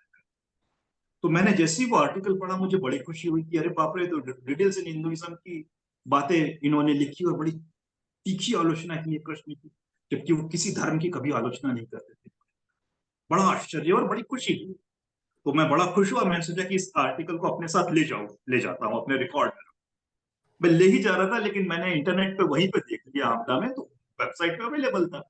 तो मैंने सोचा चलो भाई ये मेरे पापा के काम आएगा, इसको घर में ही रहने देता हूँ। और इंटरनेट पे तो है ही। महू चला गया, और महू जैसे ही पहुंचा 2 या 3 दिन बाद हुए होंगे, 1 या 2 दिन, पता चला वो वेबसाइट से उड़ गया है, आर्टिकल डिलीट कर दिया। और फिर मुझे लगा कि पापा ने संभाल कर रखा, वो काफी दिनों तक संभाल के उन्होंने रखा भी था, लेकिन अभी फिलहाल हो गया है। तो वो प्रिंट फॉर्म में भी आया था। अगर आपका कोई मित्र हो जो पुराने समय से विपश्यना का जिक्र सारे वो आ रहे हो और उसने कलेक्ट करके रखा हो, जरूर मिल जाए। ऑनलाइन वर्जन हमको ढूंढे नहीं मिलने वाला, क्योंकि उसको पूरी तरह से हटा दिया गया। यही सबसे बड़ी समस्या होती है टेक्निकल, ऑनलाइन चीजों पे भरोसा करने की। आज हमारे ऑनलाइन रिकॉर्डिंग है, ऑनलाइन ये है, हम लोग सोचते हैं कि हमेशा के लिए सुरक्षित होगा, कतई नहीं। जिस दिन उनको हटाना होगा पूरा डेटा हटा। ऑफलाइन जो होता है वही असली में सुरक्षित रहता है। तो वो ऑफलाइन जो भी कोई विपश्यना का साधक रहा हो और जो लगातार इन चीजों को रख रहा हो, उसके पास आपको ये आलेख भी मिल जाएगा। और इसके बाद अगले अंक का जो आलेख जो माफी मांगने वाला है तब का जी पड़ा कि माफ कर दीजिए, मैंने ये लिखा, मेरे से गलती हो गई, वो भी मिल जाए। लेकिन ये ऑफलाइन ही मिलेगा। ऑनलाइन तो मुझे नहीं लगता, माफी शायद ऑनलाइन मिल भी जाए, लेकिन ये आर्टिकल ओरिजिनल तो बिल्कुल नहीं मिलने वाले, पूरी तरह से हटा दिया है। ये बहुत बड़ी समस्या है। और गोयनका जी के बारे में इस बात से एक बात ये भी कहूंगा, देखिए, जहां परेशानी हमको ये भी समझना चाहिए कि एक क्रिश्चियन, एक हिंदू, एक मुस्लिम, एक जैन, एक सिख जब विपश्यना के लिए जाता है, वो सिर्फ और सिर्फ विपश्यना सीख के आता है और सारी जिंदगी उसकी प्रैक्टिस करता है। एक बुद्धिस्ट जब वहां पे जाता है, यानी अम्बेडकराइट बुद्धिस्ट, तो अपना अम्बेडकराइट बुद्धिज्म को भूल जाता है और विपश्यना में डूब जाता है। क्या है इसका अंतर, क्या है, ये हमको समझना होगा। तो इसके पीछे दो कारण है। पहली बात तो ये कि सीधे सीधी ये प्रैक्टिस बुद्धिज्म से ही आई है, तो वो साथ में थेरवाद भी हमको पढ़ा रहे हैं, जो कि उनको नहीं पढ़ाना चाहिए था, उनकी तरफ से भी गलती। और दूसरा कारण साथ में ये भी है कि गोयनका जी जिस पारिवारिक पृष्ठभूमि से आए थे, वो खुद बताते हैं कि वो उस पृष्ठभूमि से आए थे, बनिया पृष्ठभूमि से, जो कि घोर बौद्ध विरोधी परिवारों का, बुद्ध के घोर दुश्मन परिवार था। बुद्ध से बहुत नफरत थी उनके परिवार में। यहाँ तक कि जब वो विपश्यना करने पहली बार सीखने गए थे, उनके खुद के सामने बड़ी चुनौती आई थी, कैसे चले जाए बुद्ध की शिक्षा लेने की। बड़ी मुश्किल से, क्योंकि वो शारीरिक बीमारी से ग्रस्त थे, मजबूरी में उनको जाना पड़ा और गए और वो शिक्षा लेके आए। और उसके बाद उन्होंने उन लोगों के बीच में विपश्यना का प्रचार शुरू किया, जो सारे के सारे लोग घोर बुद्ध विरोधी थे। घोर बुद्ध विरोधी भी थे, बौद्ध विरोधी, दोनों विरोधी थे। धम्म की भी आलोचना करते थे, बुद्ध की भी आलोचना। ऐसे लोगों को बुद्ध की शिक्षा से अवगत कराने में कितने कॉम्प्रोमाइज करने पड़े होंगे। तो उन्होंने पूरी शब्दावली बदली, इन लोगों की मानसिकता को कोई ठेस ना पहुंचे, और इस रूप में पेश किया विपश्यना को कि एक हिंदू जब वहां पे जाता है उसको कोई तकलीफ नहीं। क्रिश्चियन, मुस्लिम और अन्य धर्मों को तो होगी ही नहीं, क्योंकि उनके धर्म की तो बात ही नहीं कर रहे हैं। उल्टा बस उन्होंने इसी रूप में उसको पेश किया कि कैसे एक गैर बौद्ध उससे जुड़ सके। तो गैर बौद्ध बड़े जल्दी उनसे अटैच हो जाते हैं। प्रॉब्लम होती है बुद्धिस्ट को, क्योंकि बुद्ध की अपनी एक शिक्षा वो पहले से जानता है, मानता है, पढ़ता है, समझता है, सूझबूझ के साथ अपनाता है, और वहां जब जाता है तो वहां पे एक अलग शिक्षा होती है। तो जो गोयनका जी की थियोरी है, उस थियोरी से प्रॉब्लम होने लगती है, प्रैक्टिस से कोई प्रॉब्लम नहीं। और अन्य धर्मों वालों को क्यों थ्योरी से प्रॉब्लम नहीं होती? क्योंकि उनको उस थ्योरी से कोई लेना देना ही नहीं, उनकी तो अपनी थ्योरी है ही, जो फिक्स्ड है। तो वहां पे जाके वो सिर्फ और सिर्फ प्रैक्टिस करते हैं।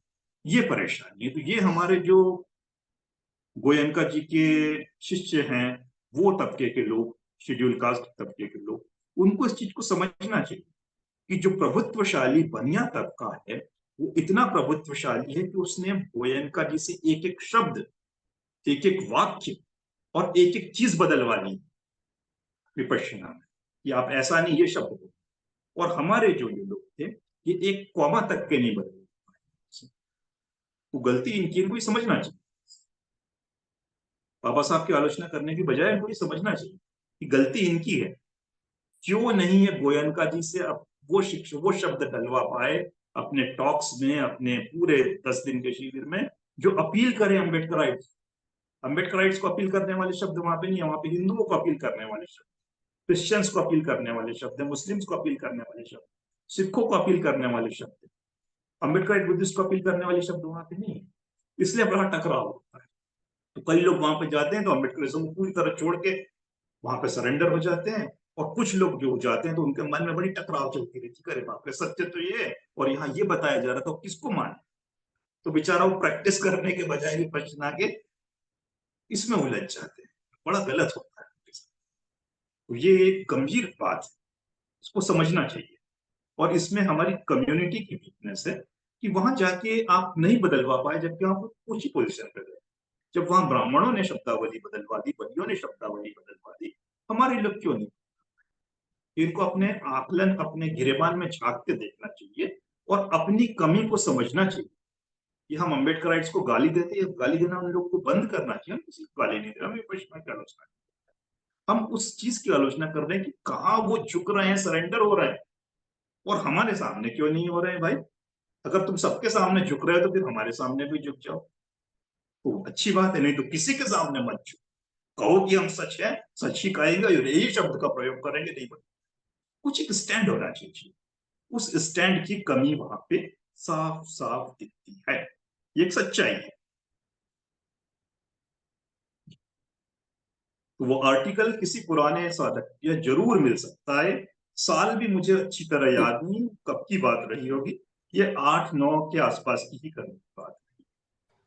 2008-9 के बिटवीन में से। हाँ, ये जरूर मिल जाएगा। जिसके पास भी कलेक्शन होगा उसके पास 100% होगा ऑफलाइन वाला, फिजिकल फॉर्म में।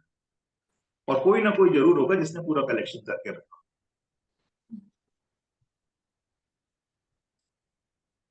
सर एक मे भी गलत हो सकता है मेरा ऑब्जर्वेशन, जी। लेकिन क्या होता है ना, जो वीआरआई के प्रैक्टिशनर है, विपश्यना के प्रैक्टिशनर है, उसमें जो अम्बेडकराइट्स लोग जो प्रैक्टिस करने जाते हैं, हाँ जो हिंदू पीपल्स जाते हैं, तो हाँ ज्यादा से मैनिपुलेशन होना माइंड का, तो ये अम्बेडकराइट्स लोगों का ज्यादा होता है। मतलब वो आर्गुमेंट पे वो लोग ज्यादा आ जाते हैं, या फिर तात्विकवाद को लेके वो आ जाते हैं, तो वो थोड़ा सा हिंदू नहीं करते उसको लेके कुछ। हाँ, तो उसका कारण ही तो मैं यही बता रहा हूँ ना, कि हम्म,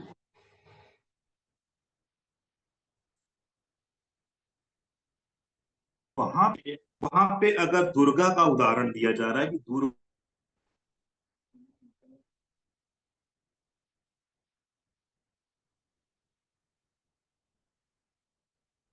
सर आवाज नहीं आ रही आपकी। तो असुरों का खून पी रही और दुर्गा मतलब देवी आध्यात्मिक तो नहीं कहना चाहिए, तो वो हिंदुओं को अपील करेगा। अम्बेडकर को कैसे अपील कर सकता है? दुर्गा का उदाहरण नहीं कर सकता ना अभी। तो सारे जो उनके उदाहरण होते हैं वो एक हिंदू को संतुष्ट करने के लिए और बौद्ध को तकलीफ देने के लिए हो जाते हैं। परेशानी ये है। तो इसलिए बड़ी मुश्किल होती है। हमारे एक और मित्र पूजा ने कुछ दिनों पहले ये बात शेयर की थी कि जब विपश्यना गई तो बड़ी परेशानी होने लगी कि वहां पे जो बातें बोल रही है वो सीधे जो हमारे अपना अध्ययन है, हमारी अपनी सोच है, उससे टकराव हो। हिंदुओं के साथ नहीं होता है। हिंदुओं की जो मान्यता है वहां पे जाके मजबूत, और हमारी जो रीजनिंग है उस पर अटैक होता है। वो बड़ी दिक्कत हमारे लिए आ जाती। कारण वही है कि उनको इतनी बड़ी विपश्यना चलाना था इस देश में, और वो उन्हीं बनियों और ब्राह्मणों के बल पर ही चल रही है, ये भी सच्चाई। तो जो उनका टारगेट ग्रुप है वो ब्राह्मण बनिए है, तो उनको वो पूरी तरह से संतुष्ट करना चाहिए, वो नाराज नहीं होना चाहिए। अम्बेडकराइट्स की उनको चिंता ही नहीं कि अम्बेडकराइट्स का बड़ा विद्रोह हमको दिखता है, विरोध दिखता है विपश्यना के खिलाफ, लेकिन ये सतही है। विपश्यना के असली विरोधक आज भी, तब भी ये ब्राह्मणवादी और बनियावादी तबके के ही लोग रहे हैं, जिन्होंने गोयनका जी को झुकाया है। इतना झुकाया, घुटने के बल बैठ गया। ये सच्चाई है। ये हमको समझना चाहिए। हमारे अम्बेडकराइट्स लोगों को समझना चाहिए जो इस बात को नहीं जानते और उस टीम में शामिल हैं। उनको ये समझना चाहिए कि ब्राह्मण बनिया ने सत्यनारायण गोयनका जी को घुटने के बल झुकाया है, लेकिन अम्बेडकराइट्स गोयनका जी को एक चीज भी अपनी आइडियोलॉजी के हिसाब से उनके मुंह से नहीं निकलवा पाए। ये फैक्ट है। और एक बार उन्होंने हिम्मत की कृष्ण पे बोलने की, तो देखिए क्या बुरा हश्र हुआ उनका। ऐसा नहीं कि गोयनका जी गलत आदमी थे, उन्होंने तो पूरी पूरी कोशिश की बैलेंस करने की। कृष्ण के खिलाफ बड़ा अच्छा आर्टिकल लिखा, बहुत शानदार आर्टिकल लिखा था, लेकिन उनको माफी मांगना पड़ा। तो हम लोग वहां पे हार रहे हैं, इसको समझना चाहिए। और हमारी हार को ये लोग वहां पे जीत के तौर पर पेश करते हैं, हमारे अपने लोग, ये बड़ा गलत है। तो कभी भी कोई हमारा शेड्यूल कास्ट का आदमी, कोई हमारा तथाकथित अम्बेडकर राइट अगर विपश्यना की तारीफ करते फिर और बोले कि नहीं एक एक शब्द वहां पत्थर की लकीर है, तो हमें उनको बताना चाहिए कि नहीं भाई वो पत्थर की लकीर नहीं है। हर शब्द वहां समझौतावाद से आए हैं, और सारा समझौता वहां पे ब्राह्मणवादियों के साथ किया, अम्बेडकरवादियों के साथ कोई समझौता नहीं। इसलिए हमारे लोगों को वो चीजें चुभती है, जो फैक्ट है। इसमें हमारी क्या गलती? टेक्निक बड़ी अच्छी है, लेकिन उस टेक्निक को सीखने के लिए जब थियोरी जहां पे रखी जाएगी, उदाहरण रखे जाएंगे, वो उदाहरण अगर हमको चुभेंगे, तो हम कैसे हम क्लास में मान लीजिए हम टीचर हैं, हम कुछ पढ़ा रहे हैं और हम ऐसे उदाहरण दे रहे हैं जो बच्चे के दिल को चोट पहुंचा रहे हैं। भले हम मैथ्स जैसे सब्जेक्ट क्यों ना पढ़ा रहे हैं, मैथ्स में उदाहरण हम ऐसा देंगे जो बच्चे के दिल को चोट पहुंचाए, तो वो मैथ्स के सामने इंटरेस्ट नहीं लेगा, बिल्कुल नहीं लेगा, और मैथ्स से वो विमुख हो जाएगा। क्योंकि मैथ्स बहुत अच्छा साइंटिफिक सब्जेक्ट है, लेकिन उसकी एग्जाम्पल सब क्वेश्चन आते हैं जब एलजेब्रा में और अलग अलग जगह, पिता की उम्र, ये बेटे की उम्र, उसमें ऐसा कुछ गणित एग्जाम्पल रख दिया जाए जो कि हमारी फीलिंग्स को हर्ट करता हो, तो उस मैथ्स को कोई बच्चा नहीं पढ़ना चाहिए। तो वो फीलिंग्स हमारी वहां पे हर्ट होती है, ये सच्चाई। और उनकी फीलिंग वहां पे सेटिस्फाइड, ये अंतर है। जी। सर, एक मेरा एक सवाल है। जी। आ, क्या जैसे कि आपने कहा कि विपස්සना काफी अच्छा है, जी। लेकिन आ, जैसे हमारे अम्बेडकर जो लोग हैं वो यानी क्यों जाते हैं वहां पर फिर विपස්සना सीखने? क्या कोई बुद्धिस्ट संगठन नहीं है जो इसको पढ़ाते हैं, हाँ। विपස්සना को? जी। और क्या, और ये उसी से जुड़ा दूसरा सवाल ये भी है कि हम्म। क्या विपස්සना ही सब कुछ है जो आपके जीवन के अंतिम ध्येय तक आपको लेके जा सकता है? जी। या और आ, यानी खुद में बदलाव लाना, उसके बाद में जो जैसे कि आपने बोला कि बाबा साहब का जो विजन था, है ना, समाज को बदलना चाहिए, तो भी एक दूसरे से कितना जरूरी है, यानी खुद में बदलाव लाना और समाज में भी लाना, यानी दोनों जो चीजें हैं। तो मैं जी। आप इसके ऊपर थोड़ा सा यानी क्लियरिटी दे सकते हाँ। तो जयदीप जी, सबसे पहला सवाल कि लोग, पहले आपने कहा कि अम्बेडकराइट्स लोग क्यों जाते हैं वहां पे, क्या उनके पास विकल्प नहीं है?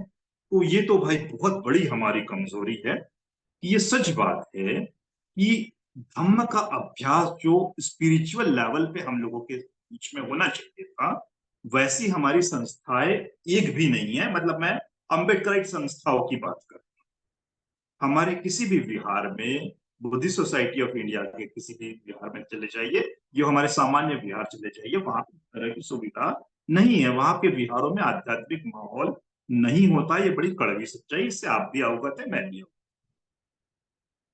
आध्यात्मिक टच के साथ धम्म का अभ्यास हमारे देश में दो, अगर मोटे तौर पर देखा जाए, वैसे तो और भी संस्था है जो कर रही।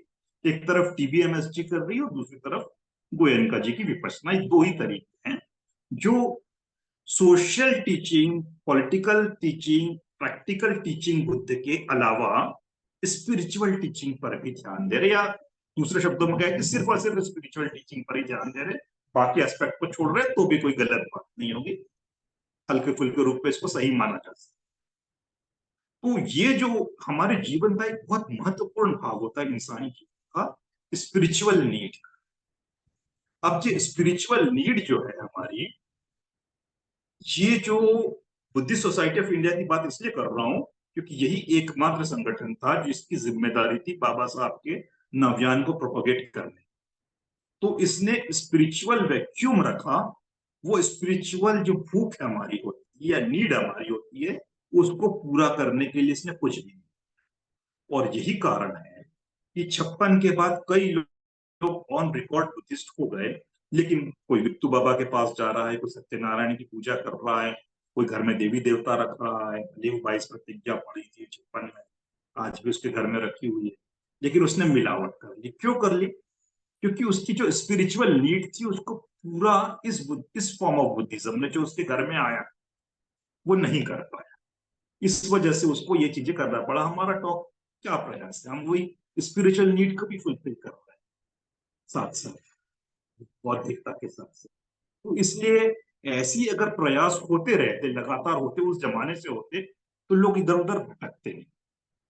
और इसी भटकाव के चलते कोई हिंदू धर्म में चला गया, कोई इधर चला गया, कोई उधर चला गया। अब जब हमारे देश में विपश्यना नाम की ये चीज आई, और हमारे पूरी दुनिया के लोग आज सबसे ज्यादा किससे पीड़ित? स्ट्रेस। हर कोई स्ट्रेस में, हर किसी को तनाव है, चाहे पैसे वाला हो चाहे मेंटल स्ट्रेस है। और ये फैक्ट है कि मेंटल स्ट्रेस जो होता है मेडिटेशन से ठीक होता है।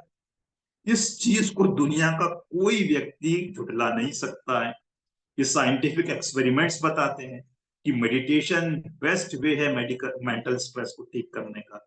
अब मेडिटेशन सीखने जाए तो जाएगा, या तो जाना पड़ेगा राम वो श्री श्री के आश्रम में, या तो जाना पड़ेगा ओशो में, या तो जाना पड़ेगा गोयनका जी के पास, या तो टीबीएमएस जी के पास।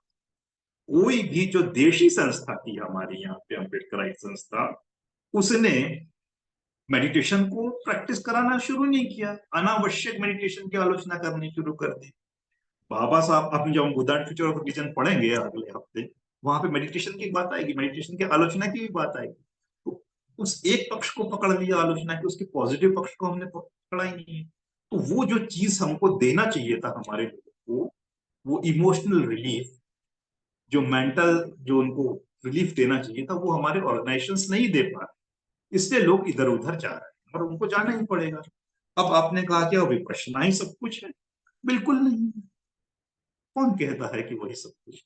वो एक तरीका है मेंटल स्ट्रेस से निपटने का, और तरीके हो सकते हैं, लेकिन मेडिटेशन एक जो साइकोलॉजिकली क्लिनिकली अप्रूव्ड टेक्निक है, जिसकी विधि से हम मेंटल स्ट्रेस से निकल सकते हैं। ये बात मैं नहीं कह रहा हूं, ये बड़े बड़ी साइंटिफिक स्टडीज कह रहे हैं। मैंने अपनी किताब सफल और सुखी जीवन का रहस्य जो लिखी है, धम्मचक्र प्रवर्तन का विश्लेषण है, उसमें ये बात लिखी है, विद प्रमाण लिखी है कि भाई कहाँ पे रिसर्च हुई है, कैसे रिसर्च हुई है, मेडिटेशन से क्या क्या बेनिफिट्स होते हैं, मेडिकल बेनिफिट्स, सारी चीजें। तो ये सच्चाई है। अब ये अगर हमको सिखाने के लिए हमारी अपनी संस्थाएं सामने आ जाती, तो लोग उधर क्यों जाते? कारण वो ये कि वो जो नीड है वो हमारे घर में पूरी नहीं हो रही, तो लोग इधर उधर मुंह मार रहे हैं। हम देखते हैं ना, कई लोग होते हैं जो गलत संबंधों में पड़ जाते हैं, शादीशुदा व्यक्ति।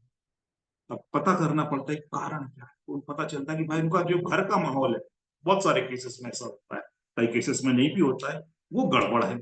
इसके चलते उस आदमी को या उस औरत को बाहर मुंह मारना पड़ रहा है, या जो भी पड़ गया, जो भी।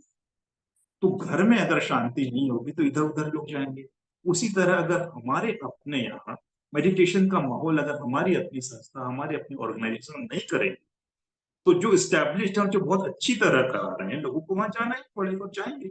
और विपश्यना की एक तारीफ जरूर मैं इस मामले में दूंगा कि अब तक मैंने जितने भी मेडिटेशन सेंटर्स देखे हैं, मैं तो बुद्धिस्ट ही देखे, गैर बुद्धिस्ट तो मैंने एक भी नहीं देखे हैं।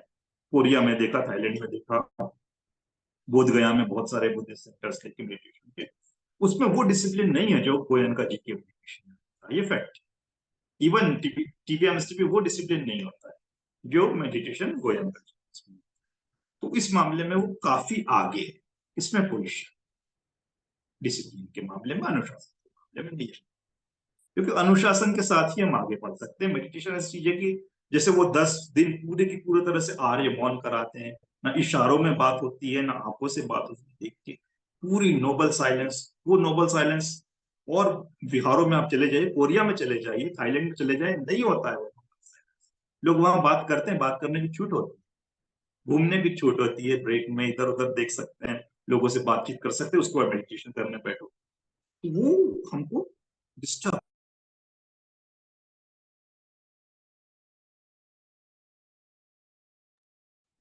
तो वो समझिए, डिसिप्लिन वहां पे वाकई अच्छा है।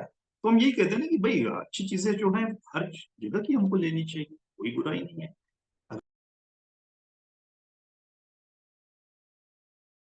अपनाया जा सकता है, अपनाया जा सकता सही चीजें तो उसमें। और ऐसा नहीं कि वही सब कुछ है, अगर कोई ये कह दे तो ये तो बात बिल्कुल गलत होगी। वो एक तरीका है, और भी तरीके अच्छे हो सकते हैं, खोजते रहना चाहिए, उसको अप्लाई करना चाहिए। हट पकड़ के बैठ गए, जकड़ के बैठ गए, यही सब कुछ है, यही सुप्रीम है, ये सुप्रीम वुप्रीम कुछ नहीं, सही शब्द में हमको नहीं पढ़ना चाहिए। Nothing is final, nothing is fixed, nothing is supreme, कोई सुप्रीम नहीं। तो वो हमको एक्सप्लोर करते रहना चाहिए। बिल्कुल। जी जयदीप भाई।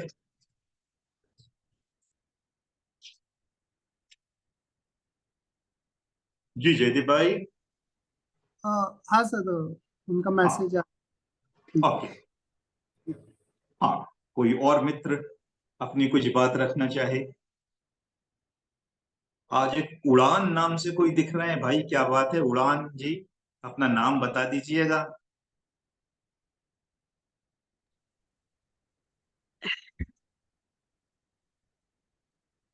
हेलो सर, मैं बैठा हूँ एक्चुअली। मेरी बेटी का नाम उड़ान है, तो कल उसका उस, उसने मीटिंग ज्वाइन अच्छा किया अच्छा। था किसी के साथ, तो उसने तब उसका नाम लिखा। और आज मैंने लेट ज्वाइन किया, इसलिए गड़बड़ी में मैंने बिल्कुल बिल्कुल बिल्कुल, क्योंकि आजकल लोग नाम छुपा के कमेंट्स कर रहे हैं, बस सिर्फ इसलिए मैंने जानना चाहा, और कुछ नहीं। जी स्वागत।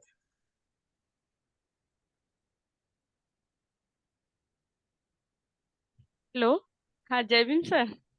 जय भीम। सुकेशनी जी हाँ। कहिए, कैसे हैं? हाँ, बहुत अच्छी हो सर। सर, हाँ मेरा क्वेश्चन था कि जैसे एक शब्द में बोलना है, जैसे आपने बोले कि मेडिटेशन एक एक्सरसाइज है, नहीं क्या?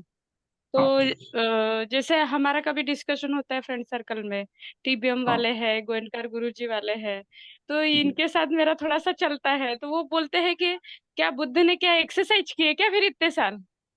बिल्कुल। तो उन देखिए, दो चीज में लेना चाहिए, एक्सरसाइज करने के बाद उसकी प्रैक्टिस। अब टीबीएमएसजी वाले या तमाम जो जितने भी ध्यान करने वाले लोग हैं, उनके साथ ये परेशानी है कि वो 1 घंटे के रिचुअल जो मेडिटेशन के लिए हम शांत बैठे सांस का आना जाना देख रहे हैं, उसी को मेडिटेशन मान बैठ रहे हैं। वो मेडिटेशन नहीं है, वो मेडिटेशन की एक्सरसाइज है। उसके बाद जैसे ही हम अपनी आंख खोलते हैं, वहां से उस मेडिटेशन की प्रैक्टिस शुरू होती है। और उस प्रैक्टिस में अगर हम फेल हो गए तो वो 1 घंटे का रिचुअल किसी काम का नहीं। टेस्ट है वो हमारा, जैसे ही हम आँख खोल रहे हैं और हमारे सामने कुछ गड़बड़ हो जाए और उस वक्त हमारा माइंड बिल्कुल शांति से उसको निपटाता है, तो समझ लीजिए कि हम पहली स्टेप तो जीत गए।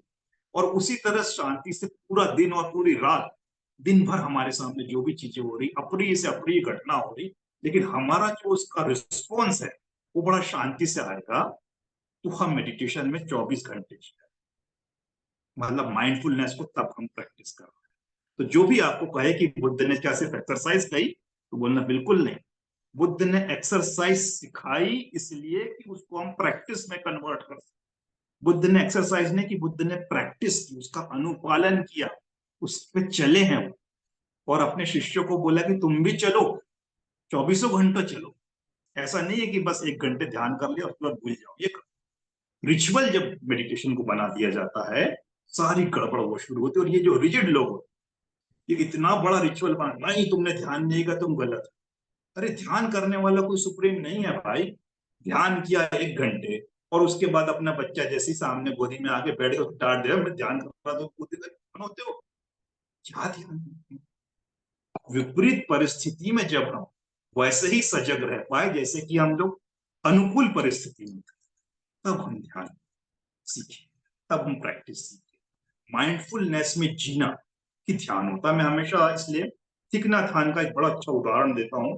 जब ओपरा विनफ्रे ने उनसे पूछा एक अपने इंटरव्यू में कि थिक नैथ जी, क्या आप रोज ध्यान करते?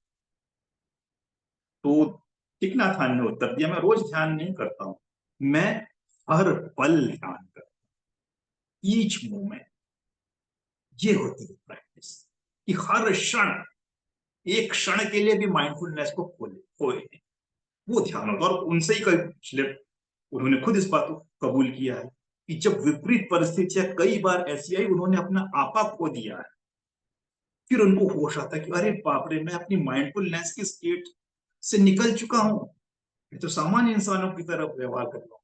फिर वो माइंडफुलनेस स्टेट को लाने की कोशिश करते हैं। ये है जागरूकता। तो सतत जागरूकता चाहिए, हम टेम्पररी नहीं चाहिए, सतत जागरूकता। ये सतत माइंडफुलनेस, सस्टेनेबल माइंडफुलनेस, ये है बुद्ध विशेष। आप कभी जरूर ये बुद्धा, मैंने जो अपनी धम्मचक्र प्रवर्तन पे जो किताब लिखी है, सुखी और सफल जीवन का रहस्य, आप पढ़िएगा, उसमें बड़े विस्तार से इस चीज को समझाया है।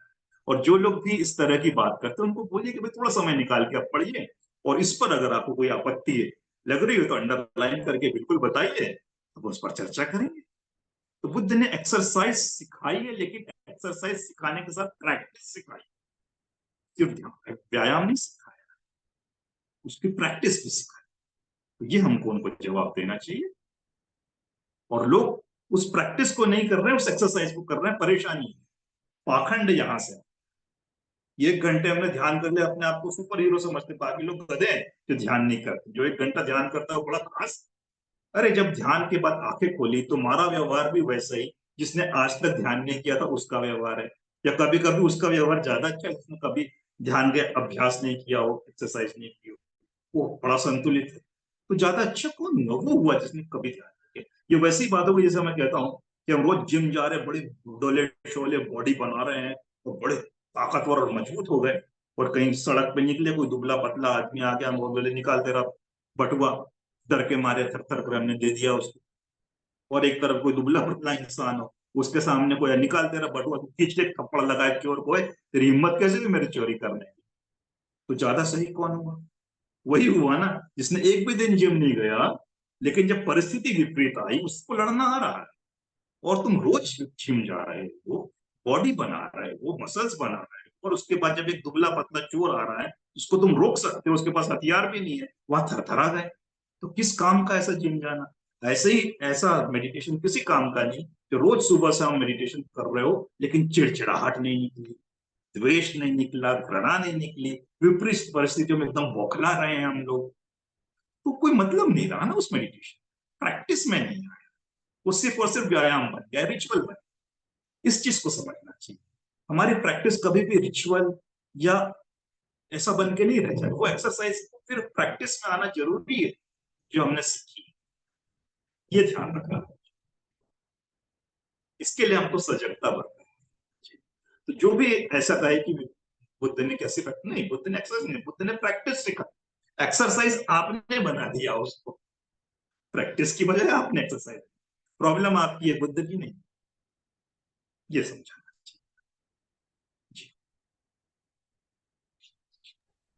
Thank you. वही वो मुझे पूछ रही थी कि तू करती क्या, 1 घंटा बैठती क्या? नहीं, और हमको ऐसा। इसमें भी समझना चाहिए सुकेशनी जी कि मान लीजिए कि हमने मेडिटेशन 1 घंटा किया और उसके बाद विपरीत परिस्थिति में हम एकदम चिढ़ गए, तो कोई बुराई नहीं है भाई, चिढ़ गए वो भी एक सच्चाई है। लेकिन उसके बाद हमको अपना आकलन करना चाहिए कि भाई इस दिन तो मैं चिढ़ गया, चिढ़ गई, ये बहुत बड़ी गलती हो गई। आगे से कोशिश करेंगे कि जब हमारे पास विपरीत परिस्थिति आए, चिढ़े नहीं, उसका इस रूप में रिस्पॉन्स दे। तो प्रैक्टिस करेंगे धीरे धीरे धीरे धीरे, तभी तो वो हमारी लाइफ में आएगा ना। तो हमसे अगर कोई गलती हो जाती है तो ऐसा भी नहीं कि सारा दोष अपने आप को दे दो और दुखी हो जाओ, नहीं नहीं नहीं। हम सीख रहे हैं, हम लर्नर हैं। तो हम गलतियां हमसे होगी, गलती की बस सजगता होनी चाहिए, गलती हुई है। उस क्षण भले ही होश नहीं आए, उसके 2 मिनट बाद आ जाए, 2 दिन बाद आ जाए, 3 दिन बाद आ जाए, लेकिन आना चाहिए। उसको पकड़ के मत बैठ जाओ कि नहीं हम जो थे वो बिल्कुल सही, सामने वाले नहीं। वो अगर हमको होश आ जाता है तो हमारी प्रैक्टिस इंप्रूव हो रही है।